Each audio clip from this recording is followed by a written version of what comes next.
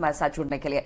महाराष्ट्र की सियासत से जुड़ी बड़ी खबर आ रही है। राजभवन पहुंचे हैं अजित पवार, सीएम एकनाथ शिंदे भी राजभवन पहुंचे। तो बड़ी खबर इस वक्त आ रही है, महाराष्ट्र की सियासत से लगातार यहां पर उथल पुथल मचा हुआ है और इस बीच एक बड़ी खबर, राजभवन पहुंचे हैं अजित पवार, सीएम एकनाथ शिंदे भी राजभवन पहुंचे हैं और बताया जा रहा है कि अजित पवार अब बीजेपी के साथ जा सकते हैं। इस तरह की बड़ी खबरें हैं। अब महाराष्ट्र की सियासत से जुड़ी बड़ी खबर यही आ रही है कि राजभवन अजित पवार पहुंचे हैं, सीएम एकनाथ शिंदे भी वहां पर पहुंचे हैं। अब देखना होगा कि यहां पर पहुंचकर वो राज्यपाल से किस तरह की उनकी मुलाकात रहती है।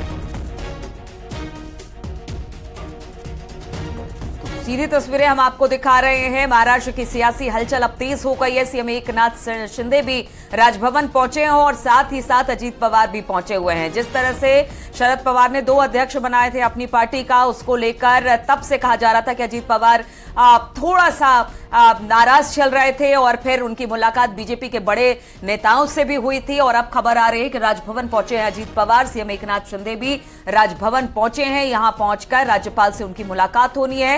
ये मुलाकात क्या रंग लाएगी, ये बड़ी बात है, क्योंकि आने वाले समय में 2024 के चुनाव है, बाकी भी कई सारे इलेक्शन होने वाले हैं अलग अलग राज्यों में। और इसको लेकर अब एक बड़ी तस्वीर महाराष्ट्र की सियासत से उभर कर सामने आ रही है, जब राजभवन अजित पवार भी पहुंचे हैं और सीएम एकनाथ शिंदे भी राजभवन पहुंचे, जिसकी सीधी तस्वीरें इस वक्त हम आपको दिखा रहे हैं।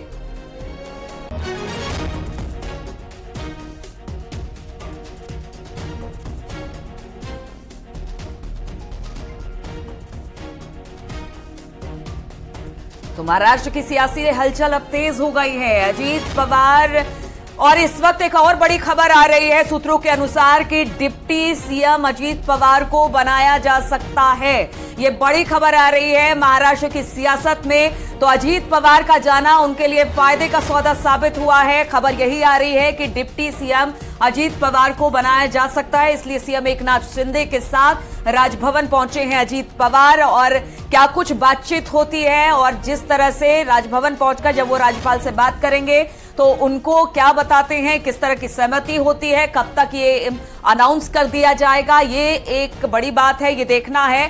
सारे के सारे विधायक इस वक्त महाराष्ट्र राजभवन पहुंच चुके हैं और बताया जा रहा है कि एनसीपी के 9 विधायक भी शपथ ग्रहण कर सकते हैं अजित पवार के साथ।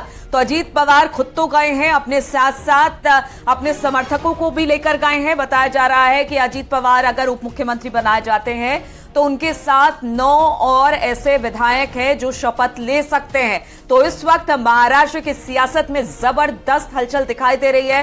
तस्वीरें आ रही हैं राजभवन से, जहां पर सारे विधायक पहुंचे हुए हैं। मीडिया कर्मियों को भी आप देख सकते हैं। ये सीधी तस्वीरें इस वक्त हम आपको दिखा रहे हैं, जहां पर सूत्रों के हवाले से बड़ी खबर आ रही है कि अजित पवार को डिप्टी सीएम बनाया जा सकता है। इसलिए सीएम एकनाथ शिंदे भी राजभवन पहुंच गए हैं और राज्यपाल से मुलाकात के बाद ही यह आधिकारिक घोषणा हो सकती है कि क्या अजित पवार को बना दिया गया है डिप्टी सीएम। इसका इंतजार रहेगा।